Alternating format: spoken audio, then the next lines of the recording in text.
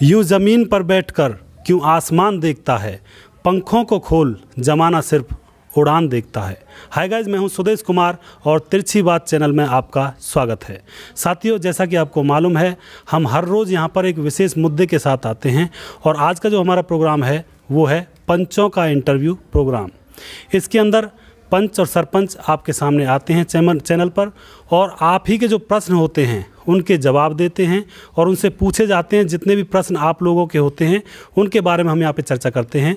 और हमारे प्रोग्राम का मेन उद्देश्य ये होता है कि जनता और जनता के प्रतिनिधि के बीच की जो दूरी है वो ख़त्म हो जाए, वो अच्छी तरह से सामंजस्य अपना बनाकर रखें। तो यही हमारा प्रयास होता है और यही हमारी कोशिश होती है। साथियों, आज हमारे साथ हैं पंचों के इंटरव्यू में सीताराम नंबरदार, गांव बंचारी से सरपंच पद के उम्मीदवार हैं, जो कि सरपंच पद के लिए प्रयास कर रहे हैं, जनता के बीच में आना चाहते हैं और आप लोगों से कहना चाहते हैं अपने मन की बात और जवाब देना चाहते हैं आप लोगों के सभी प्रश्नों का। तो आज हमारे साथ हैं सीताराम नंबरदार भाई जी हैं, गांव बंचारी से। राम राम सभी भाइयों को। बहुत ही अच्छी बात।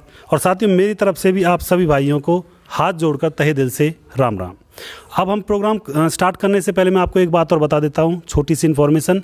कोई भी भाई यूजीसी नेट एग्ज़ाम की तैयारी करना चाहता हो या फिर एचएसएससी की तैयारी करना चाहता हो, हरियाणा पुलिस और पटवारी की कोई भी एग्ज़ाम आपका कॉम्पिटिटिव एग्ज़ाम है, तो हमारे दूसरे चैनल पर जा सकता है, वहाँ पे उसको सब्सक्राइब कर सकता है। दूसरे चैनल का नाम है नॉलेज नेट कंप्यूटर साइंस। वहाँ पे आपको आपके काम की चीज़ें मिल जाएंगी। मैंने वहाँ पे बहुत सारी वीडियोस डाली हुई हैं और यूजीसी नेट एग्ज़ाम की भी मैंने वहाँ पे बहुत सारी वीडियो डाली हुई हैं। पहले पेपर की भी 3 यूनिट वहाँ पर ऑलरेडी करा चुका हूँ और बाकी यूनिट भी मैं वहाँ पर करवाने वाला हूँ। तो साथियों, अब स्टार्ट करते हैं हम प्रोग्राम। तो सीताराम भाई साहब जी, सबसे पहले मैं आपसे वही प्रश्न करूंगा जो नॉर्मल में सभी से करता आया हूं। जनता जानना चाहती है कि उनका जो प्रतिनिधित्व करने वाला इंसान है वो कितना पढ़ा लिखा है, कितना एजुकेटेड है। तो उसके बारे में थोड़ा सा जनता को आप बताएं, आपकी क्वालिफिकेशन क्या है। नमस्कार सुदेश जी, मैं बहुत बहुत धन्यवाद करता हूं तिरछी बात चैनल का, जिन्होंने मेरे को मौका दिया और मेरे को अपने मंच पे आने का आमंत्रित किया। देखिए, बात आपने पूछी है क्वालिफ़िकेशन क्या आती है, तो क्वालिफ़िकेशन में मैंने सन 2002 में अपना +2 पास किया था। उसके बाद मैं अपना मैकेनिकल डिप्लोमा किया। तो उसके बाद फिर आज मैं अपना जॉब पे कार्यरत हूँ। अच्छा, तो क्वालिफ़िकेशन आपकी सही है। तो साथियों, आपका जो प्रतिनिधित्व करने वाले हैं सरपंच पद के उम्मीदवार जो हैं सीताराम भाई साहब जी, बहुत ही अच्छी तरह से पढ़े लिखे हैं और आपका नेतृत्व अच्छी तरह से कर सकते हैं। इतनी एबिलिटी उनके अंदर है, योग्यता इतनी उनके अंदर है।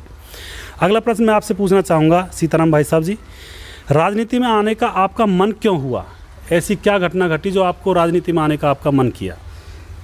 देखिए सुदेश जी, राजनीति में आने का मेरा कोई इतना बड़ा ऐसा मन नहीं था, क्योंकि मेरे पास मैं अपने जॉब पे हूँ। राजनीति में आने का कोई इतना बड़ा वो नहीं है, बस ये था कि देखो, अब तक हमारे गांव में जो कार्य अधूरे पड़े हैं हम देखते आ रहे हैं। हमारा गांव बहुत पीछे पिछड़ता जा रहा है। अच्छा। और लोगों को क्या है ना, हर बार यही होता है कि हम वादे ज़्यादा और काम कम। हम अपनी नई सोच के साथ आए हैं, नई सोच का हमारा नारा भी है और हमारा काम यही होगा कि देखो, राजनीति में आकर के हम कुछ गाँव का भला कर सकें। सही बात है। तो यही सब है कि देखो, हम राजनीति में आने का बस यही मेरा मुख्य कारण है कि अपने गांव की तरक्की करें, गांव को एक नई दिशा दें और गांव को आगे ले जाने का काम करें। अच्छा, तो मतलब पब्लिक की मदद करने के लिए और जो काम है गांव के लिए उनको करने के लिए आप राजनीति में आए हो। तो यहाँ पे ये भी प्रश्न उठता है भाई साहब जी, पब्लिक की सेवा करने के लिए तो आप किसी और काम से भी कर सकते हो, ज़रूरी थोड़ी है राजनीति में आना। फिर राजनीति का रुख आपने क्यों किया, ऐसा क्या कारण रहा? देखिए सुदेश जी, क्या है ना, देखो, करते तो हम आ ही रहे हैं। समाज में सेवा करने का हमारा जब जीवन मिला है तो पहला दायित्व बनता है कि हम समाज की सेवा करें, अपने बूढ़े बुजुर्गों का नाम करें। राजनीति में आने का यही था कि देखो, अगर जब हमारे पास कोई पावर नहीं होगी तो हम समाज की सेवा नहीं कर पाएंगे। अच्छा। और पावर के लिए राजनीति एक ऐसा मंच है जहाँ पे हमारे गांव बस्ती अगर हमें थोड़े मौका देती है और पावर देती है तो हम इनके लिए कुछ काम करें। सही बात है। तो यही था बस। तो साथियों, कई बार लोग ये पूछते हैं कि समाज की सेवा करने के लिए लोग राजनीति में क्यों जाते हैं, जबकि राजनीति से ही सेवा, मतलब समाज में सेवा करने के लिए लोग राजनीति क्यों चुनते हैं। तो मैं आपको बता देना चाहता हूं, अगर सिंपल तरीके से आप समाज की सेवा करना चाहोगे तो आपको वो टूल्स नहीं मिल पाएंगे जिनकी मदद से आप समाज की सेवा कर पाओगे अच्छे से।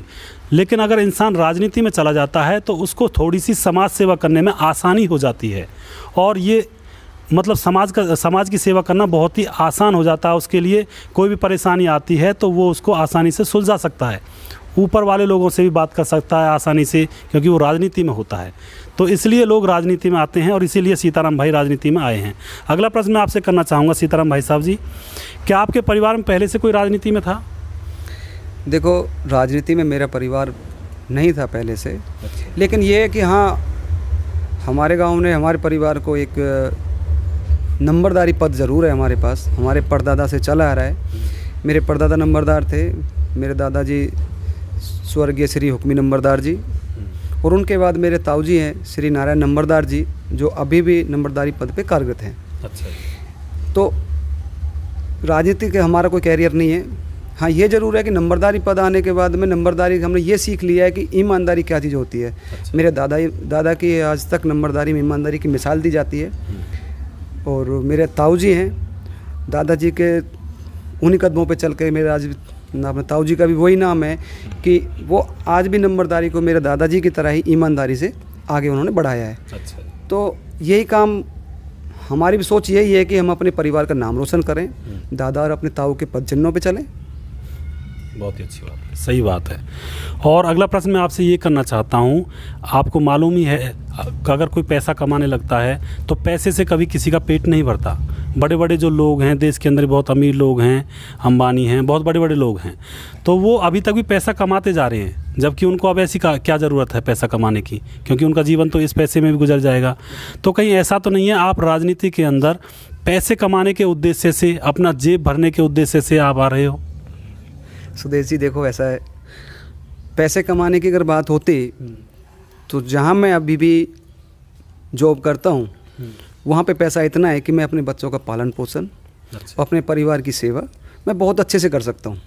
मुझे ज़रूरत नहीं है किसी दाएं बाएं से अगर पैसा लाने की या कमाने की। ऊपर वाले ने मेरे को जो जॉब ऑफ़र की है और जिस पे मैं आज कार्यरत हूँ वो बहुत अच्छी है। अच्छा।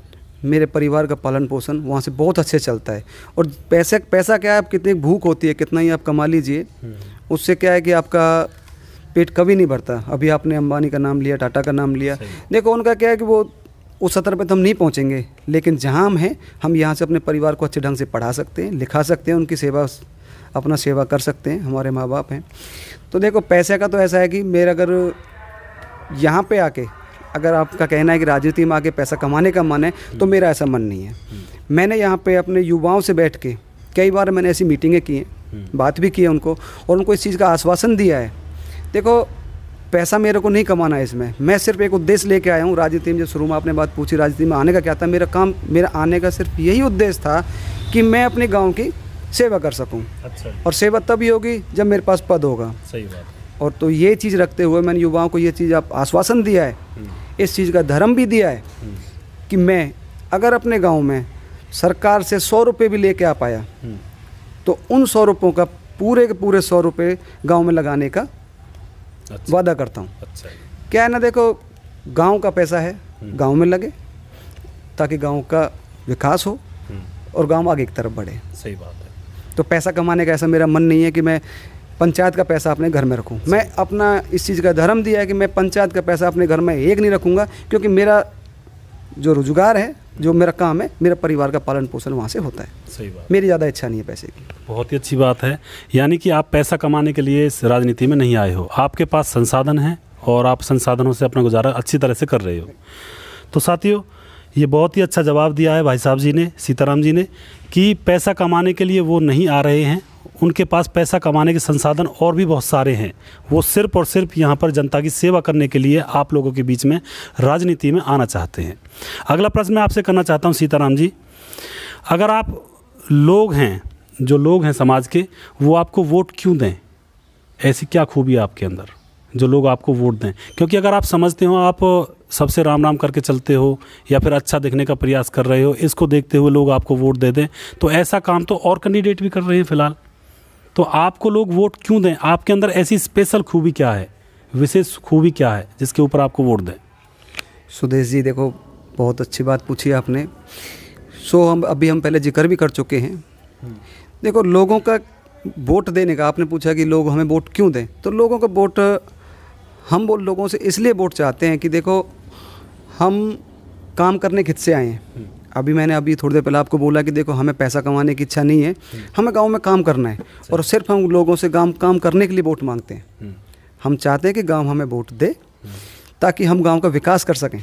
और मैंने पिछले बात में आपका जवाब दिया था आपको कि हमने इस चीज़ की कसम भी दी है, और जो कसम दी है उसे हम पूरा करने का काम करेंगे। इसी उद्देश्य से हम लोगों से गुजारिश भी करेंगे और हाथ जोड़ के विनती भी करेंगे कि एक मौका दो, सिर्फ एक मौका दे के देखो, हम आपके जो भी कार्य हैं, जो अधूरे कार्य हैं, उन सबको पूरा करेंगे। सही बात है, बहुत ही अच्छी बात है।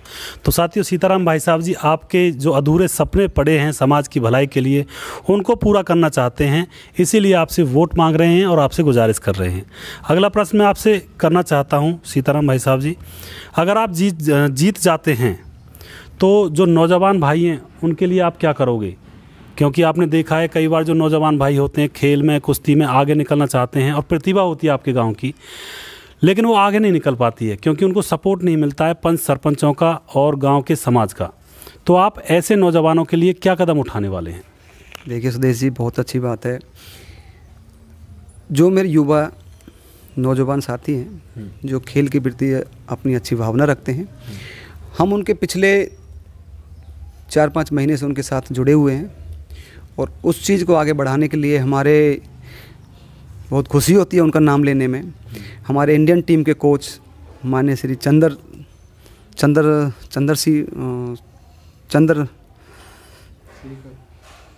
जी हैं, तो उनके साथ हम जुड़े हुए हैं, और वो हमारे अच्छी सोच के साथ जो एक नई सोच लेके आए हैं, उस टीम के वो भी हमारे मेंबर हैं। अच्छा। तो क्या है ना, देखो, बच्चों के लिए जो हमारा कार्य है आज भी प्रगति पे है, और बच्चों के जो खेल कूद जो रुका हुआ था हमारे गांव में, जो जैसे कि हमारे गांव की कबड्डी मानी जाती थी, कबड्डी के हमारे गांव में बहुत अच्छे प्लेयर रहे हैं, तो राजनीति के चलते वो एक टूर्नामेंट था वो रुक गया, वो बच्चे वहीं पे स्थिर रह गए, वो आगे नहीं बढ़ पाए। उन सबको आगे ले जाने का हमने कार्य शुरू किया है, और आगे भी इस कार्य को हम अपनी नेक नियत से आगे बढ़ाएंगे। दूसरा आता है कि जैसे कि स्पोर्ट्स में हमारे गांव का दूर दूर तक नाम आता है वॉलीबॉल का, जहाँ से हमारे चंदर कोच साहब निकले हैं और आज इंडियन टीम के कोच भी हैं। तो देखो, ये वॉलीबॉल की प्रतिभा है हमारे गांव के अंदर, बच्चे खेलने चाहते हैं, सो उनको खेलने का सही मैदान नहीं मिल पाता, उनको जो सामान है वो नहीं मिल पा रहा था, तो उस सामान देने का हमने कार्य किया है, और आगे भी इसी काम को हम ऐसे ही कंटिन्यू करते रहेंगे। और आगे ले जाने की बात अगर आती है, तो आगे ले जाने का कार्य हमारे चंदर कोच साहब ने वादा किया है कि जो बच्चे हमारे गांव के अच्छा खेल दिखाएंगे और अच्छा खेलेंगे, मेहनत करेंगे, उनको आगे नेशनल तर्ज पे लेके वो जाएंगे। अच्छा, बहुत ही अच्छी बात है। तो साथियों, जो नौजवान खिलाड़ी हैं, नौजवान भाई हैं, उनके लिए खुशी की बात है कि सीताराम भाई उनको बहुत ही ज़्यादा प्रमोट करने वाले हैं, यानी कि आगे तक उनकी पहुंच बनाने वाले हैं, और कोई भी प्रतिभावान खिलाड़ी आपके गांव में है तो उसको आगे पहुंचाने का प्रयास करेंगे, नेशनल लेवल पर, इंटरनेशनल लेवल पर। अगला प्रश्न मैं आपसे करना चाहूँगा सीताराम जी, कहीं ऐसा तो नहीं आप जीतने के बाद लोगों की सुनना ही बंद कर दो? क्योंकि ज़्यादातर ये प्रक्रिया चली हुई है, लोगों के अंदर भ्रांति फैली हुई है कि जो भी पंच सरपंच होते हैं वो वोट मांगते हैं, जब तो बहुत प्यार से बातें करते हैं, बड़े बड़े वादे करते हैं, लेकिन जैसे ही वो बन जाते हैं पंच सरपंच, उसके बाद वो लोगों की सुनना ही बंद कर देते हैं। तो कहीं आप भी तो ऐसा ही काम नहीं करने वाले हो? कैसी बात कर रहे हो सुदेश जी? अगर ऐसा होता, मेरे को अगर काम नहीं करना होता, तो मैं इस राजनीति में नहीं आता। मैं अपने काम अपना अच्छे से कर रहा था, और जहाँ कर रहा हूँ वहाँ मैं बहुत अच्छे से अपनी जगह पे फिट हूँ। और रही बात ये जो आपने बोला है ना कि आप भूल जाओगे या लोगों से दूर चले जाओगे जीतने के बाद, उनका काम नहीं करोगे, ऐसा कुछ नहीं है, ये बिल्कुल गलत है। मैंने काम करने का संकल्प लिया है, और जो कसम दी है उस कसम के चलते भी ये सवाल बेबुनियाद गलत है आपका कि आप ही बोल दो कि भैया भूल जाओगे। मैं गाँव को भूलने के लिए नहीं, मैं गाँव में काम करने के लिए आया हूँ। सही बात। और गाँव का विकास करना है, यही मेरा संकल्प है। सही बात है, बहुत ही अच्छी बात है। तो साथियों, सीताराम भाई साहब जी भूलने वाले नहीं हैं आपको, आप उनको बेझिझक होकर वोट दीजिए और उनको प्रत्याशी मतलब विजयी बनाइए। अगला प्रश्न मैं आपसे करना चाहता हूं, क्या आप इलेक्शन में दारू पैसा बांटने की नीति को अपनाओगे? क्योंकि आपने देखा होगा बहुत सारे पंच और सरपंच इलेक्शन में जब लड़ते हैं तो दारू और पैसा बांटते हैं लोगों को आंख बंद करके। तो क्या आप इस बात से सहमत हो? क्या आप भी इसी नीति पर चलोगे? नहीं सुदेश जी, देखिए एक ऐसा है, जो दारू और पैसा बांटने का जो प्रचलन चल रहा है वो चंद दिनों का, चंद घंटों का होता है। सही बात। देखिए आज मेरी इतनी बड़ी हैसियत नहीं है कि मैं किसी को पैसा दूं। मैं उसे पैसा दे करके, दारू दे करके उसकी गरिमा को ख़राब नहीं करूंगा। सही बात। क्योंकि वो मेरे से बड़े हैं। सही। अगर छोटे भी हैं तो मैं उनका क्या है, वोट खरीदने की हैसियत नहीं रखता मैं कि मैं अपनी, ये चीज़ बिल्कुल गलत है। देखो दारू और पैसे का जो पैसा वेस्ट करना है उससे अच्छा उसके गांव की भलाई में लगाइए। सही बात है। जैसे कि देखिए कोई भी जो मेरा पैसा, जहाँ तुम अभी आपने बोला कि दारू और पैसा बांटना है, उस पैसे को बांटने से पहले अगर उसे बांटने के लिए क्या मतलब होता है, हमें राजनीति माना है, इलेक्शन लड़ना है और हमें जीतना है, यही तो होता है ना आपका कि सो देखिए उस पैसे को अगर हम पहले ही गांव की भलाई में लगा दें तो वो अच्छा है। सही बात। वो गांव का मन है, बनाए ना बनाए, लेकिन अगर हम बने तो और अच्छा काम करेंगे। अगर नहीं भी बने तो जो हमने पैसा दारू में बांटना था वो हमने गांव की भलाई में लगा दिया। सही बात। वो लोग वो ये तो देखेंगे कि हाँ ये पैसा इसने सही जगह लगाया और वो पैसा हमारे गांव वालों को काम आएगा। बिल्कुल, बहुत ही अच्छी बात कही है आपने और ये बिल्कुल समाज हित में बहुत ही कारगर साबित होगी। साथियों, मैं भी आपसे ये कहना चाहता हूँ कि जो पंच सरपंच दारू पैसा बांटते हैं इलेक्शन में, उनको ये काम नहीं करना चाहिए। क्योंकि दारू पैसा तो 2 दिन में ख़त्म हो जाएगा, 4 दिन में ख़त्म हो जाएगा और आपके पैसे लग जाएंगे 10 लाख 15 लाख रुपये। लेकिन अगर आप अपने 10 लाख 15 लाख रुपयों को गांव के किसी अधूरे पड़े काम में लगाओगे तो आप पंच या सरपंच बनो या ना बनो, आपको बहुत दिनों तक याद रखा जाएगा और जनता यही कहेगी कि कोई पंच और सरपंच हुआ था, कोई इलेक्शन पर खड़ा हुआ था और उसने लोगों को दारू नहीं पिलाई, उसने लोगों को पैसे नहीं बांटे, उसने गांव के अधूरे पड़े हुए कामों को करवाया और गांव की भलाई के लिए कदम उठाया। तो साथियों, आपको जनता हो सकता है जिता भी दे, बना भी दे किसी पद पर, तो ये बहुत ही ज़रूरी काम है, इस दिशा में आपको प्रयास करना चाहिए। अगला प्रश्न मैं आपसे पूछना चाहता हूँ सीताराम जी, लोगों की परेशानियों से निपटने के लिए आप उच्च अधिकारियों से, एमएलए से, नेताओं से किस हद तक बात कर सकते हो? क्योंकि अगर किसी गांव का पंच सरपंच अपने उच्च अधिकारियों से अच्छी तरह से बात नहीं कर पाता है तो उस गांव के बहुत सारे काम अधूरे पड़े रहते हैं, क्योंकि उनका पंच और सरपंच अपनी रिक्वायरमेंट को बड़े नेताओं के साथ, बड़े उच्चाधिकारियों के सामने रख नहीं पाता है, तो उसके काम अधूरे पड़े रहते हैं। लेकिन जो पंच और सरपंच अपनी बात को अच्छी तरह से रख पाता है उच्चाधिकारियों के सामने, उसके सारे काम हो जाते हैं। तो आप इस दिशा में क्या प्रयास करोगे, किस लेवल तक आप बात करोगे उनसे?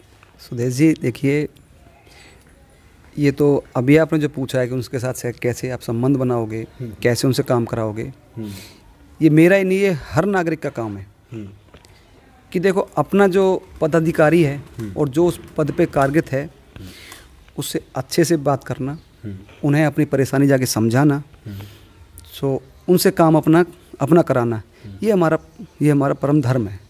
इसके लिए क्या है, देखो हमारा जो अधिकारी है उसकी इज्जत करना, उसके पास बैठना, आना जाना, गांव की परेशानी लेके जाना और उनसे अपने काम कराना। तो ऐसा नहीं है वो हमारे पदाधिकारी हैं और माने तो वो हमारे एक कैसे कह देते हैं, जैसे कि देहात में कहावत होती है, वो हमारे भगवान रूपी हैं, साक्षात भगवान तो ऊपर से आ नहीं सकते, लेकिन जो पद बने हुए हैं, जो सीट बनी हुई हैं, उनके माध्यम से हम अपना कार्य उनसे कराएंगे। क्योंकि उनके पास जाएंगे और मेरा ऐसा नहीं है कि मैं तो पहले भी अपने गाँव के लिए बिजली बोर्ड जाना, पटवारी के पास जाना, उनसे मेरे अच्छे संबंध हैं और उनसे कार्य गाँव के कराना। और वैसे भी एक चीज़ और है, जैसे कि गांव में मेन चीज़ होती है हमारी ज़मीनों के काम, तो उस चीज़ को हमने बहुत अच्छे से सीखा है, अपने दादा से सीखा है। दादाजी हैं, परदादा जी हैं और मेरे ताऊ जी हैं, नारायण नंबरदार जी, वो उस पद पे हैं और उनसे बहुत कुछ सीखने को मिला है। अच्छा जी। कैसे अफसरों से बात की जाती है, कैसे उनसे काम किया जाता है। मेरे ताऊ जी की इज्जत है,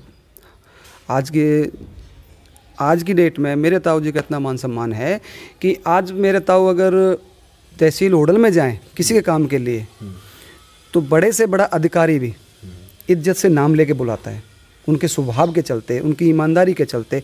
और देखिए ऐसा नहीं होता कि हम किसी अफसर से बिगाड़ के अपने गांव का काम खराब करें, नहीं। अगर हम किसी अफसर को इज्जत नहीं देंगे और हमारे गांव का काम रुकता है तो वो नुकसान हमारे गांव का हुआ है। सही बात। एक मेरे पर्सनल गलत बोलने से किसी का काम रुकता है तो वो गलत है। मेरा मन यही है कि देखो कोई भी अफसर है आया है उसकी इज्जत बढ़ाए और इज्जत करके ही गांव का काम निकाला जाएगा। सही बात है। ये हम अपने ताऊ जी से सीखा है, बहुत कुछ सीखा है। सही बात। और गांव के जो पब्लिक होती है उसका काम होना भी चाहिए, बिल्कुल होना चाहिए, चाहे आपको किसी भी लेवल पर उनसे बात करनी हो, क्योंकि जनता सर्वोपरि है सर। बहुत ही अच्छी बात है। अगला प्रश्न मैं आपसे करना चाहूँगा, क्या आप जातिवाद को मानते हैं? नहीं, बिल्कुल नहीं मानते, या फिर लोगों के सामने कह रहे हैं? नहीं सुदेश जी, ऐसा नहीं है। मैं जातिवाद नहीं मानता, ये गांव के सभी लोग जानते हैं। मैं जातिवाद में विश्वास नहीं रखता, मेरे लिए सब समान है। और देखो ऊपर से भेजे हुए एक इंसान भेजा, जाति तो हमने बनाई। सही बात है।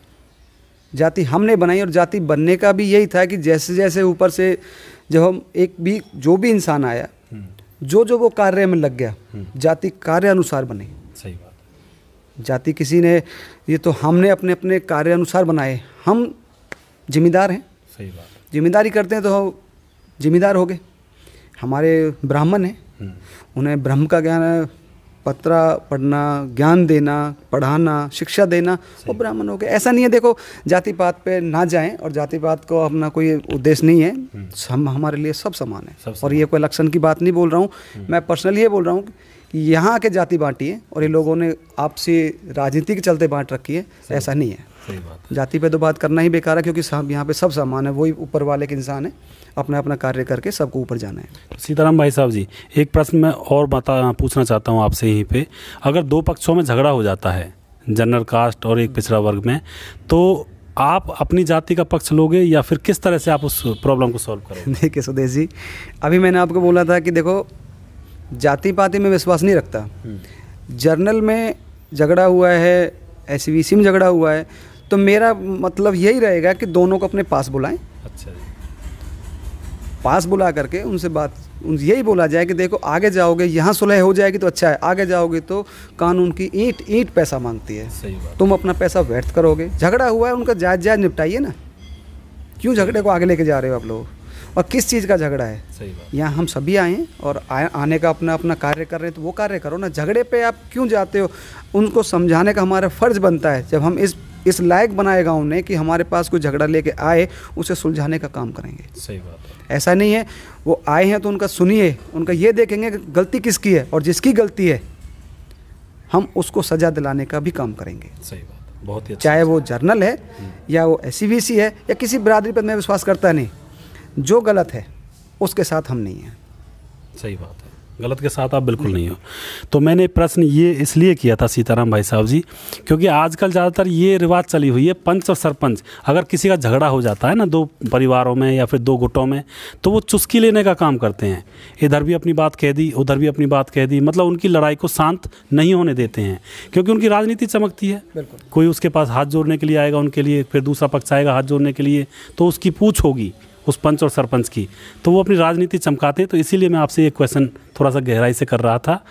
तो साथियों, जातिवाद को बिल्कुल नहीं मानते हैं सीताराम भाई साहब जी, और आपका पूर्ण रूप से सहयोग करने वाले हैं। अगला प्रश्न मैं आपसे करना चाहता हूँ स्वच्छता के ऊपर। गांव में ज़्यादातर गंदगी फैली हुई होती है, तो स्वच्छता की दिशा में आप क्या प्रयास करोगे? सुदेश जी देखो, गाँव है, गाँव में इतनी गंदगी नहीं होती जितना कि लोग बोले, अपना अपना बोलते हैं, बोला जा रहा है कि यार गंदगी है।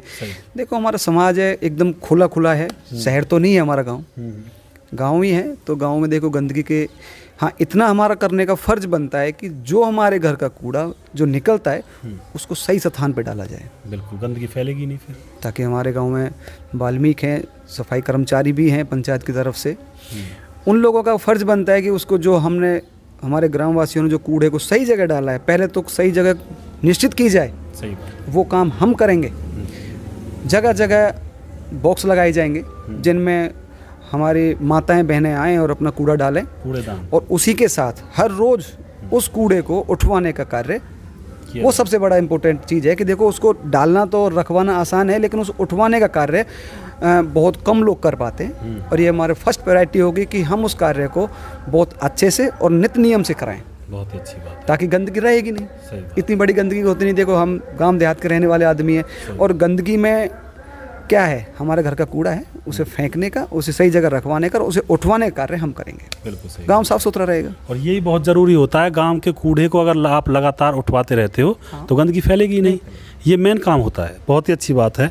अगला प्रश्न मैं आपसे करना चाहूँगा, शिक्षा के विषय में आपके क्या कदम होंगे अगर आप पंच सर या अगर आप सरपंच बनते हो, तो शिक्षा के विषय में? देखो सुदेश जी, हमारा शिक्षा के लिए ये है कि देखो हमारे गाँव ग्राम बस्ती की जो भी बहनें हैं, बेटियां हैं हमारी, और आने वाले बच्चे हैं जो भी बहुत छोटे हैं, उनको पढ़ने का एक मंच देना है। अच्छा। जो हमारे गांव में अभी बहुत कमियां हैं, सही है। उनको पूरा करने का हम कार्य करेंगे।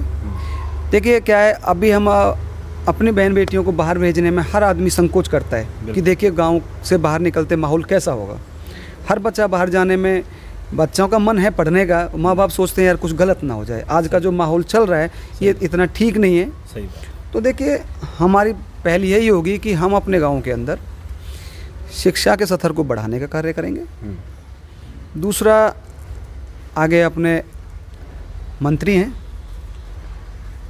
और एमपी हैं, और आगे जाने का भी कार्य करेंगे ताकि उन लोगों से गुजारिश कर सकें कि हमारे गांव में स्कूलों में आगे की शिक्षा जो हम बाहर जाके हमारे बच्चे प्राप्त करते हैं, वहाँ ना पा करके अपने गांव में उसको पूरा कराएं।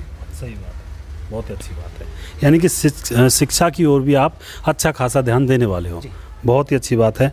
अगला प्रश्न आता है, मैंने आपकी एक पोस्ट देखी थी फेसबुक पर, उसमें आपने समाज की बेटियों के लिए बहुत अच्छे अच्छे शब्द लिखे हुए थे। तो क्या आपका समाज की बेटियों के प्रति भी कोई कदम होगा उठाने के लिए? हाँ, बिल्कुल बिल्कुल बिल्कुल सुदेश जी। देखिए हमारे माननीय प्रधानमंत्री जी ने एक नारा दिया था, बेटी बचाओ बेटी पढ़ाओ। उन्हीं से हमने एक ये उस दिन से एक संकल्प लिया था कि देखो हर चीज़ के लिए हमें कार्य करना है, लेकिन फर्स्ट प्रायोरिटी हमारी बेटियों की तरफ है। क्योंकि आजकल लोग बेटियों से दूरी बनाते जा रहे हैं। जिस पे 4 बेटी हो गई वो सोचता है यार मेरे पे 4 बेटी हो गई, अब कैसे होगा, उस पर बोझ बन गई। और बोझ बनने के कारण सुदेश जी हमारा समाज है, और जो ये दहेज प्रथा जो है जिसके चलते हमारी बेटियों को मारा भी जा रहा है, तंग किया जा रहा है, तो देखो वो यही कारण होता है कि वो माँ बाप सही दहेज नहीं दे पाते। ये बहुत बड़ी कुरीति है। इसको ख़त्म करने का तो कई बार हमारे यहाँ पे पंचायतें हुई हैं, बूढ़े बुजुर्गों ने काफ़ी कोशिश की है, लेकिन अभी तक इसमें असफल रहे हैं। दहेज प्रथा भी कंट्रोल में नहीं है, और उस पर जब तक सरकार कोई सख्त कानून नहीं लाएगी तब तक वो कंट्रोल नहीं हो पाएगी। तो देखिए इतना तो हम नहीं कर पाएंगे, लेकिन हाँ इतना ज़रूर हम कर पाएंगे सुदेश जी कि अगर हमें हमारा गांव मौका देता है और हमारी पंचायत बनती है, हमारी पंचायत बनने के बाद जिस दिन हमारी पंचायत बनेगी, हमारा सबसे पहला कार्य यही होगा सुदेश जी कि देखो जो भी हमारे गांव में बेटी का जन्म होगा, उस बेटी के नाम हम अपनी पंचायत के तहत उस बेटी के नाम 11,000 रुपये की एफडी कराने का काम करेंगे। अच्छा जी। ताकि वो बेटी 11,000 रुपये जब उसके हम एफडी कराएंगे तो भविष्य में पढ़ाई में भी वही पैसे काम आएंगे, और शादी ब्याह तक वो पैसे धीरे धीरे करके बढ़ के, ताकि माँ बाप पे बेटी बोझ ना बने। सही बात। बेटियों के लिए देखो हर माँ बाप बोल देता बोझ है, हम वो बोझ थोड़ा सा, ज़्यादा तो कुछ नहीं कर पाएंगे, लेकिन हाँ ये थोड़ा सा बोझ हम माँ बाप के कंधे से कम कर पाएंगे। सही बात। और जो भी मेरे गाँव समाज की बेटियों की शादी के टाइम पे भी जो गरीब है, उनकी हम पंचायत के चलते जो हमारी पंचायत होगी उसमें उन बेटियों की शादी में भी सहयोग करेंगे। बहुत ही अच्छी बात। बहुत ही अच्छे विचार हैं आपके सीताराम जी। और साथियों मैं आपको बता देना चाहता हूँ, बेटियाँ और शिक्षा और अपने गांव के, देहात के और समाज के जो नौजवान भाई होते हैं, ये हमारी समाज रूपी इमारत की नींव होती है। जो समाज रूपी जो इमारत होती है उसकी नींव होती है, और अगर नींव कमज़ोर होगी तो वो इमारत, जो समाज रूपी इमारत है, वो कितने दिनों तक टिक पाएगी। इसीलिए अपनी नींव को मजबूत बनाने का काम करें, और इस दिशा में हमारे सीताराम भाई साहब जी अथक प्रयास करने वाले हैं।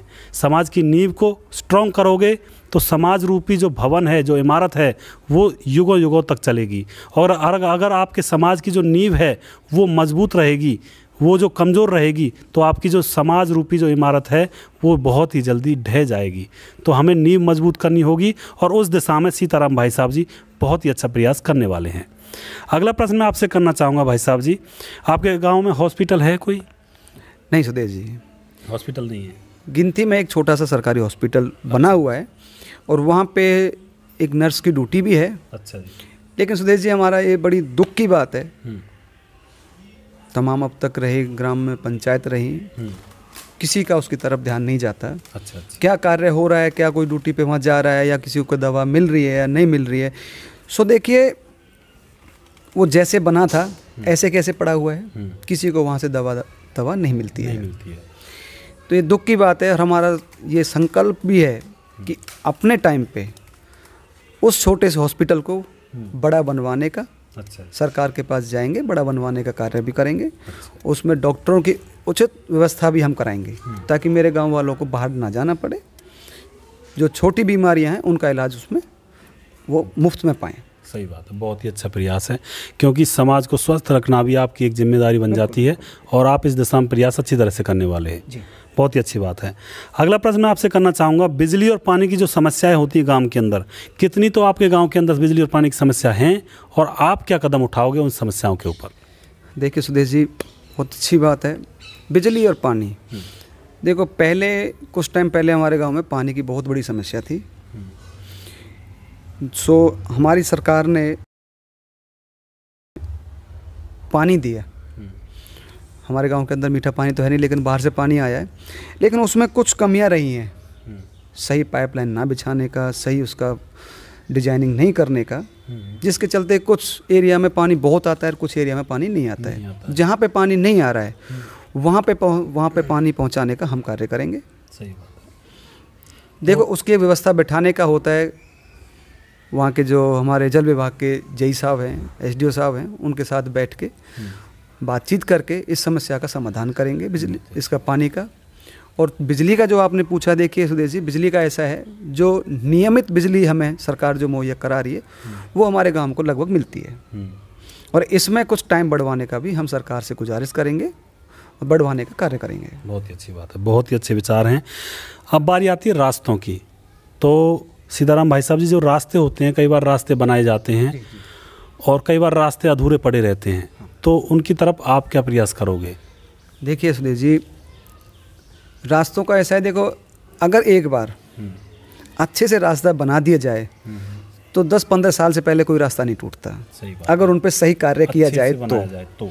हाँ, उसमें एक कार्य अलग होता है कि देखो उसमें कुछ लोग अपना पेट भरने के लिए रास्ते को निकल जाते हैं। सही बात। और रास्ता अच्छे से नहीं बन पाता। वरना हम भी अपने घरों में मकान बनाते हैं, मकान हमारा 10-20 साल तक चलते हैं, तो क्या हम एक बार रास्ता अच्छे से बना पाएँ? क्या 15 साल 10 साल वो रास्ता नहीं चलेगा? बिल्कुल चलेगा। तो यही हमारी कमियां हैं जो अब तक चली आ रही है, रास्ते को अच्छे से नहीं बनाया जाता। तो सुदेश जी, मैं आपके मन से अपनी जनता से ना ये वादा करता हूँ कि जो रास्ते अधूरे पड़े हैं और जो नहीं बने हैं, इस चीज़ का विश्वास दिलाता हूँ कि 10 साल तक आपके रास्ते जो हमारे बनाए हुए होंगे वो 10 साल तक चलेंगे, इस चीज़ की गारंटी देते हैं। बहुत ही अच्छी बात है, बहुत ही बढ़िया। साथियों, रास्तों की बात ये आती है, कई बार रास्ते ख़राब होते हैं, 2 साल में 3 साल में ख़राब हो जाते हैं। तो यहाँ पे क्या होता है, यहाँ पे घपलेबाजी होती है रास्तों को बनाने के चक्कर में। अगर रास्ते को अच्छी तरह से बना दिया जाता है तो आप यकीन मानिए, रास्ते कम से कम 10-15 साल से पहले ख़राब होने वाले नहीं हैं, और ये सच बात है।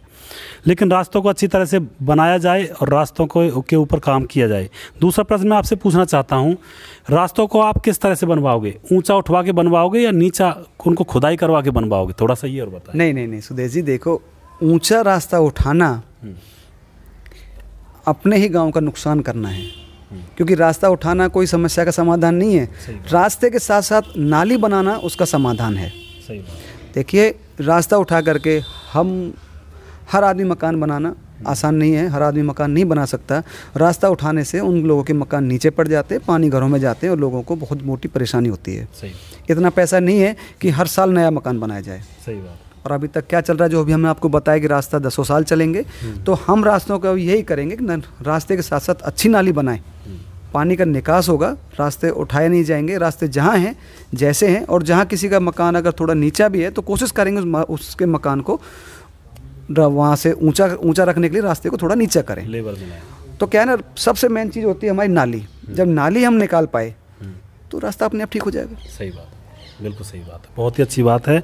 और साथियों, रास्तों को खुदवा कर ही बनवाना चाहिए, क्योंकि कुछ पंच और सरपंच अपना काम अधूरा करते हैं और रास्तों को ऊंचा बनवा देते हैं। यहाँ पे यकीन मानिए गाली आपको ही मिलती है, क्योंकि गरीब लोगों के घरों में पानी भरता है तो वो आप ही को गाली देते हैं कि किस तरह का रास्ता बनाया है।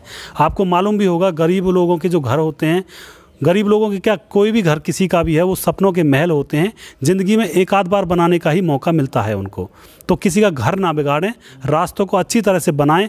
एक योजना के तहत रास्तों को लेवल में बनाया जाए। अगर कहीं से ऊंचा है, किसी का घर नीचा पड़ता है रास्ता बनाने से, तो उस रास्ते को खुदवा कर बनाया जाए, जिससे कि लोगों की दुआएं लग सकें आपको। हालांकि बद्दुआएं नहीं लेनी है आपको, ये आपको ध्यान रखना है। अगला प्रश्न मैं आपसे करना चाहूँगा, अतिक्रमण की समस्याएँ होती हैं गाँव में। कई बार रास्तों को घेर लिया जाता है, स्लैब बना दी जाती हैं, और जो सरकारी ज़मीन होती है उनको भी घेर लिया जाता है। तो इस विषय में क्या आप कोई कदम उठाओगे? देखिए सुदेश जी, आप वो सवाल पूछे हैं जो हर जनता जानना चाहती है। बिल्कुल सर।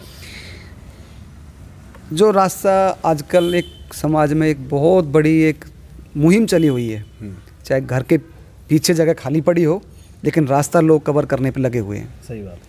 और अपना जगह कितना ही खुला हो, फिर भी लोग पंचायती ज़मीन घेरने के फिराक में लगे होते हैं। उसका भी कारण है सुदेश जी, हमारे लोग उस चीज़ के जिम्मेदार नहीं है। अब तक हमारा चला आ रहा है वो सिस्टम जिम्मेदार है। जो पंचायत ज़मीनें घेरी गई, जिनमें लोगों ने आज अपने घर भी बनाए हैं, बैठे हुए हैं, देखो उनमें हम ही जिम्मेदार हैं कहीं ना कहीं से। अगर हमसे पहले किसी ने इस पर सोच रखी होती, जो पंचायती ज़मीन है उनमें पार्क बना दिए गए होते, तो हमारे बूढ़े जो बुजुर्ग हैं उन्हें घूमने का साधन मिलता, मेल मिलाप होता और आपस में भाईचारा बनता है। और वही जगह बैंक्वेट हॉल में ना जाने की बजाय वो हमारी बेटियों की शादी ब्याह का फंक्शन करने के काम आती, गांव का पैसा बचता है। तो देखो क्या है ना, इस चीज़ में जो आपने पूछा है, जो रास्ता घेराव है, कम से कम मैं गाँव वालों से हाथ जोड़ के विनती करूँगा कि देखिए रास्ते को कवर ना करें। पहले विनती करता हूँ, अगर वो लोग नहीं माने तो इस चीज़ का गांव को विश्वास दिलाता हूँ, भले ही गांव इस चीज़ का बुरा माने। मैं अपने टाइम पे अपनी जब हमारी वो पंचायत बनेगी, तो पंचायत के टाइम पे वादा करता हूँ कि मैं किसी को भी रास्ता नहीं घेरने दूंगा। सही बात है। और जो पंचायती ज़मीनें जो दबी हुई हैं, उन पे भी सरकार के साथ बैठ के कोशिश करेंगे कि उनको हम वापस पार्क में तब्दील किया जाए। बहुत ही अच्छी बात है, बहुत ही अच्छी बात है। अगला प्रश्न है, जोहड़ों के लिए आप क्या करोगे? क्योंकि जोहड़ें गंदी होती हैं आजकल और बहुत ही गंदगी फैली हुई है जोहड़ों की वजह से, तो उनके विषय में आप क्या कहोगे? देखिए सुदेश जी, इसमें सब लोग जानते हैं जोहड़ों में क्या है। जोहड़ों में हमारे गांव का जो पानी जाता है गंदा, उससे हमारी जोहड़ें गंदी हैं। और इससे पहले तो गांव का इतना जोहड़ों का इतना साफ़ सुथरा पानी होता था। हमारे दादाजी थे, गांव के जितने बूढ़े बुजुर्ग हैं, सब लोग नहाने जाते थे, कपड़े भी धोते थे उनमें। बिल्कुल, नहाना धोना जोहड़ों होता था, मंदिरों के भंडारे भी उसमें से पानी। बिल्कुल बिल्कुल, इतना साफ़ सुथरा पानी होता था। अब क्या है कि अब लोगों की कुछ नीति बदल गई और जोहड़ों की तरफ किसी ने ध्यान नहीं दिया, तो जोहड़ें गंदी हो गई। देखिए आपने जो पूछा क्या करोगे, हमारा सबसे पहला काम यही होगा कि जोहड़ों का जो गंदा पानी है उसे निकलवा के गंदे नाले में डालने का काम करेंगे। सही बात। और गांव में जो पानी आ रहा है गांव का, नालियों का, उसे भी रोकने का काम करेंगे। अच्छा जी। नालियों का पानी नहीं आएगा। और दूसरी चीज़ एक और रखेंगे, अपनी जोहड़ों को, जोहड़ों के चारों तरफ बोरवेल करके जोहड़ों को भरने का भी काम करेंगे, ताकि पानी साफ़ सुथरा रहे और वहाँ से स्वच्छ वातावरण होगा तो लोग वहाँ पे घूमने भी जाएंगे, देखेंगे भी, और बच्चे हमारे नहाने का भी काम करेंगे। बहुत ही अच्छी बात है, बहुत ही अच्छी बात, ज़रूरी भी है, बहुत ज़रूरी है। अगला प्रश्न ये आता है कि फिरकी से गांव को रिप्रेजेंट किया जाता है हमेशा, कि अगर फिरकी अच्छी है तो बाहर से आने वाले इंसान तो यही कहेंगे कि इस गाँव के पंच और सरपंच बहुत अच्छा काम कर रहे हैं। लेकिन फिरकी अगर गंदी है, ख़राब है, और अंदर से आपने पूरी तरक्की की हुई है गांव के अंदर, लेकिन बाहर का आदमी तो यही समझेगा कि इस गांव के पंच और सरपंच अपना काम अच्छी तरह से नहीं करते हैं। तो फिरकी के लिए आप क्या कदम उठाओगे? देखिए सुदेश जी, हमारा फिरकी की तरफ सबसे पहला काम है, गांव जब बोलते ना कि खटोटी में गंगा, कुछ ऐसा शब्द है जो बड़ बुजुर्ग मन चंगा। देखो फिरकी का ऐसा है सुदेश जी कि फिरकी में हम सबसे पहले जो फिरकी का है मजबूत सड़क देंगे और सड़क के दोनों तरफ वृक्ष रोपण करेंगे। बहुत ही बढ़िया, ताकि गांव का छायादार रहेंगे, फलदार भी लगाएंगे। दूसरी चीज़ है कि फिरकी जब साफ़ सुथरी रहेगी, पेड़ जब वहाँ पे वृक्ष रहेंगे, तो लोगों को घूमने में बहुत मज़ा आने वाला है। सही बात है। क्योंकि अब वो जगह बैंड पड़ी हुई हैं, उनमें से निकलना भी मुश्किल हो जाता है। वहाँ पर देखो कांटेदार वृक्ष खड़े हुए हैं, हाँ, झाड़ियाँ खड़ी हुई हैं, उनकी बजाय वहाँ पे छायादार पेड़ लगाएंगे, साफ सुथरा करेंगे, फिरकी चमकेगी, तभी गांव का विकास होगा। बहुत ही अच्छी, ताकि सबसे पहले लोग फिरकी में आते हैं, उसके बाद गांव में अंदर आते हैं। बिल्कुल, तो हम सबसे पहले फिरकी पे ही काम करेंगे। सही बात। बहुत। तो अगला प्रश्न ये, बस स्टैंड आपके गाँव में है या नहीं है? नहीं है। ये हमारा दुर्भाग्य है सुदेश जी कि हमारे गाँव में बस स्टैंड नहीं है। हाईवे के साथ में लगता है आपका गाँव। सबसे माना हुआ गाँव है और ऐतिहासिक गाँव है।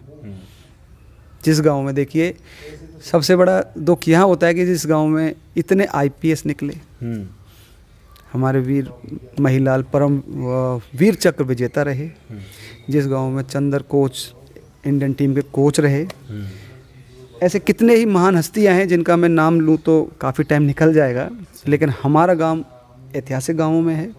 कितने हमारे गाँव से कवि हैं जो आपने सुना होगा, कितनी बार उनकी कविताएँ हैं। तो देखिए इतना महान हमारा गांव होने के बाद भी हमारे गांव में एक बस स्टैंड की सुविधा आज तक कोई नहीं करा पाया। सही। और जो बस स्टैंड पूछे हैं तो इस बस स्टैंड में भी हम आपको और अपनी जनता से इस चीज़ का पूर्ण वादा करते हैं, गांव में बस स्टैंड भी होगा और बहुत अच्छा होगा। अच्छा, चलो बहुत ही अच्छी बात है। तो साथियों, गाँव में बस स्टैंड भी होने वाला है और बहुत सारी सुविधाएँ और भी होने वाली हैं सीताराम भाई साहब के हिसाब से। अगला प्रश्न है आपसे कि आप जैसे गांव में बच्चे होते हैं, वो रेस करने के लिए हाईवे पर दौड़ते हैं, तो उनके लिए कोई ट्रैक की सुविधा है गांव में? नहीं है, और आप क्या प्रयास करोगे? सुदेश जी देखो, ट्रैक का है अभी हमारा स्टेडियम में है, जिस पे काम चल रहा है, उसमें लाइट लगवाने का काम बाकी है। अच्छा। जिस पे हम लाइट भी लगवाने का काम करेंगे ताकि हमारे बच्चे रोड पे ना जाएं और एक्सीडेंट जैसी दुर्घटनाओं से बचें। यानी कि आप करवाओगे पूरी तरह से। बहुत ही अच्छी बात है। अगला प्रश्न मैं आपसे करना चाहता हूँ, खंभों पर लाइट का इंतजाम किस तरह से करोगे आप? देखो ये बहुत बड़ी चीज़ है सुदेश जी। देखो लाइट हर सर पंचायत लगाती है, लेकिन उनकी रिपेयरिंग आज तक किसी पंचायत ने नहीं कराई। सो हम लाइट भी लगवाएंगे और ये इस चीज़ का वादा भी करेंगे कि समय समय पर उनकी रिपेयरिंग भी कराएंगे। बहुत ही अच्छी बात है, क्योंकि गांव में अंधेरा रहता है, तो ये ज़रूरी है, लाइट ज़रूरी है आपके गांव के लिए। अगला प्रश्न है कि गांव में सीसीटीवी कैमरे की सुविधा हो सकती है अगर आप चाहो तो, क्योंकि उससे पता लग जाएगा, चोरी वगैरह नहीं होंगी, या फिर कोई दो लेडीज़ अगर आपस में लड़ाई झगड़ा करती हैं तो आपको पता लग जाएगा किस औरत का मतलब वो है, किस लेडीज़ का मतलब वो खोट है। तो इसके विषय में क्या आपके विचार क्या है? सुदेश जी देखो, हमारा काम रहेगा और सीसीटीवी कैमरा लगवाने का आज टाइम भी आ गया है। बढ़ती हुई वारदातों को देखते हुए गांव में सीसीटीवी कैमरा की मांग भी है और हम अपनी पंचायत से गांव में के चारों तरफ सीसीटीवी कैमरा लगाएंगे, क्योंकि गांव के चारों तरफ बढ़ती हुई वारदात तभी खत्म हो सकती हैं जब कैमरा होंगे। सही बात। हम बिल्कुल कैमरा लगवाने पर काम करेंगे। बहुत ही अच्छी बात, और कैमरे होने भी चाहिए, आज के ज़माना ही ऐसा है। अगला प्रश्न है कि चौपालों के विषय में आप क्या कहना चाहोगे? ज़्यादातर खंडर बनी रहती हैं, तो उनमें बिजली पानी की सुविधा के हिसाब से नहीं, देखो ऐसा है, मेरे गाँव की चौपाल जो भी हैं अच्छी हैं और उन पे जो भी काम बचा है, थोड़ा बहुत जो रिपेयरिंग काम है वो भी हम कराएंगे। बिल्कुल, बहुत ही अच्छी बात, क्योंकि साथियों चौपाल वो जगह होती है जहाँ पर गांव के बड़े बुजुर्ग लोग बैठकर अपने समाज की भलाई के लिए फैसला लेते हैं। वो बहुत ही पवित्र जगह मानी जाती है गांव के हिसाब से, तो उसका भी यहाँ पे ख्याल रखने वाले हैं भाई साहब जी। अगला प्रश्न मैं आपसे करना चाहूँगा, पंचायत घर के बारे में आप क्या कहोगे? पंचायत घर है आपके घर में, गाँव में, या नहीं है? हाँ सुदेश जी बिल्कुल ठीक बोला आपने। पंचायत घर नाम का बनाया हुआ है। अच्छा। सिर्फ नाम का ही बोलूँगा, वो भी इसलिए क्योंकि सिर्फ एक जगह को नाम दे दिया ये पंचायत घर है, जबकि ना तो पंचायत घर में कोई पंच बैठता है जा करके और ना ही उसकी देख रेख हो रही है। सही बात। तो ये काम सबसे पहले हम करेंगे। या देखो पंचायत घर बना पाए तो पंचायत घर में ही सारे फैसले होंगे और पंचायत घर में ही पंचायत लगेंगी। अच्छा। अपनी घर पे कोई भी हमारा काम नहीं होगा। सही बात है, बहुत अच्छा। या तो पंचायतों में बैठिए, जब आपको गांव ने एक नियुक्त कर दिया, जिस पद पे आप बैठाए हो, आप अपने घर के नहीं रहे। सही बात है। आपकी ड्यूटी बनती है, आप सुबह 8 बजे उठ के और 6 बजे तक आप पंचायत घर में काम करें ताकि गांव का विकास हो सके। और देखिए, या अगर वहाँ भी बैठने में कोई दिक्कत है तो चौपाल में बैठिए। चौपाल तो परमेश्वर का घर होता है, तो सारे ईमानदारी काम आप परमेश्वर के घर पे बैठ के कर सकते हैं। बहुत ही अच्छी बात, बहुत ही बढ़िया बात है। अगला प्रश्न है कि कुछ लोग वोट पाने के लिए पेंशन वगैरह में घपलेबाजी करते हैं। जिन लोगों की नहीं बंधनी चाहिए उनको बनवा देते हैं, और जिन लोगों की बंधनी चाहिए, जो वोट गिरने लायक नहीं है, बुजुर्ग हैं, उनकी नहीं बनती है कई बार, तो वो अपनी वोट के चक्कर में नुकसान करते हैं समाज का। आप क्या कदम उठाओगे? देखिए सुदेश जी, ऐसा है, पेंशन का जो कार्य है वो जो जायज़ होगा, जो जायज़ है, जो बंधने के लायक है, उन्हीं की पेंशन बंधेगी। कोई आपसदारी या प्रेम भाव वाला कोई ऐसा काम नहीं होगा। और पेंशन जिसकी बंधनी है उम्र के हिसाब से बनती है। अब तो सरकार के सख्त नियम भी हैं। आधार कार्ड हो गया, वोटर कार्ड हो गया और मार्कशीट हो गई, जिसकी उम्र है उसकी बंधेगी। सही बात है। और जो जिनकी किन्हीं कारणों से रह गए हैं उनकी हम पेंशन बंधवाने का कार्य करेंगे।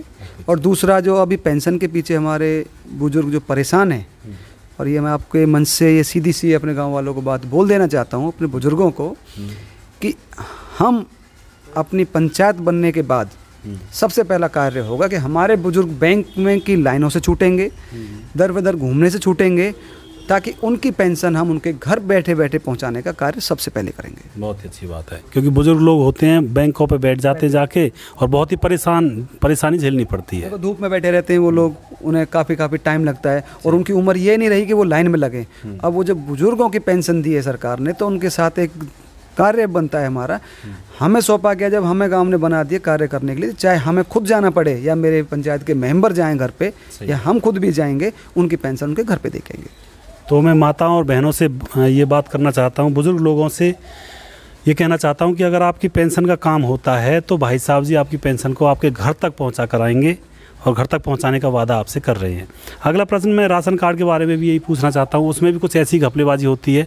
बीपीएल राशन कार्ड बनाए जाते हैं तो अपने लोगों के बनाए जाते हैं जिनसे लोगों को वोट चाहिए होती है, तो इसके बारे में आप क्या कहना चाहोगे? सुदेश जी देखो, जो जायज़ होगा, जो लायक है बीपीएल कार्ड का, हम उसी का बीपीएल कार्ड बनाएंगे। तो आप ऐसी कोई घपलेबाजी नहीं करोगे कि वोट पाने के लिए राशन कार्ड बनवा दिए? एक राशन कार्ड से वोट नहीं मिलेंगे, हमारे कार्य से वोट मिलेंगे। सही बात है। हम जो कार्य के जो संकल्प लिए हैं, हम इनको पूरा करेंगे तो वोट हमें अब मिलेंगे और आगे भी मिलती रहेंगी। सही बात है, बहुत ही अच्छे विचार हैं। अगला प्रश्न है कि पहले पंच सरपंच जो आपके गांव में रह चुके हैं, उन्होंने क्या क्या काम किए आपकी नज़र में, और आपका क्या कहना है उनके बारे में, थोड़ा सा ये और बताएं। सुदेश जी देखिए, उन्होंने जो कार्य किए वो उनकी सोच थी, और उनकी सोच भी बहुत अच्छी रही होगी, क्योंकि हर इंसान एक जैसा नहीं सोचता। सही बात। उनकी जो सोच रही होगी, वो जिस दिशा में गांव को लेके जाने के फिराक में होंगे, तो वो लेके गए। उन्होंने जो सही बना उन्होंने कार्य किए, और अब तक जो कार्य हुए वो उन लोगों की सोच से हुए। सही बात। हमारी एक नई सोच है, हम नई सोच के साथ आए तो थोड़ा अलग करने की सोचें, ताकि गाँव का हम उनसे सीखे भी हैं। ऐसा नहीं उनसे नहीं सीखे हैं, जो अब तक पंच सरपंच रहे हैं, हम बहुत इज्जत करते हैं उनकी। सही बात। और उनसे बहुत कुछ सीखने के बाद में हमारा फ़र्ज़ बनता है कि हम उनकी सीख को अपनी नई सोच के साथ जोड़ के हम आगे बढ़ें, बहुत ही बढ़िया, और कार्य करें। बहुत ही बढ़िया विचार है साथियों। असली जो नेतृत्व करने वाला इंसान होता है वो ही होता है जो पुराने नेतृत्व करने वाले इंसानों से कुछ सीख लेकर अपने समाज को आगे बढ़ाए।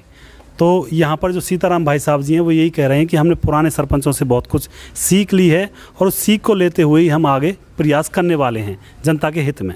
तो अंत में सीताराम भाई साहब जी, आप अपनी प्यारी जनता से क्या कहना चाहोगे, क्या गुजारिश करना चाहोगे?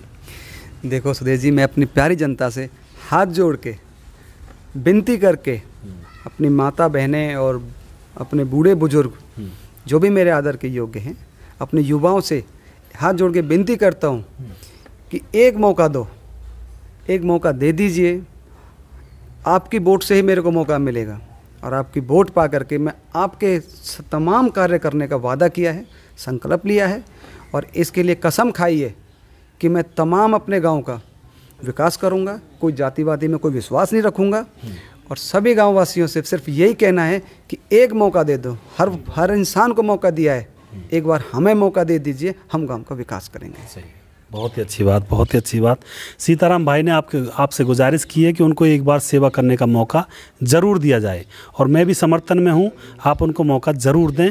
और मैं उम्मीद करता हूँ आपको ये इनके विचार अच्छे लगे होंगे। इन्होंने हर मुद्दे पर अपने विचार आपके सामने पेश किए हैं और आपके सामने अपनी राय रखी है। तो साथियों, मैं उम्मीद करता हूँ आपको ये प्रोग्राम अच्छा लगा होगा, और नेक्स्ट पंचों का इंटरव्यू प्रोग्राम में हम हाजिर होंगे एक नए पंच के साथ, और उनसे पूछे जाएंगे तिरछे सवाल और जवाब जो आप लोग जानना चाहते हो। तो मैं उम्मीद करता हूँ आपको ये प्रोग्राम अच्छा लगा होगा, और नेक्स्ट वीडियो हम बहुत जल्दी लेकर आएंगे साथियों। तब तक के लिए जय श्री लालदास बाबा, जय दाऊ जी महाराज, धन्यवाद। जय दाऊ जी महाराज।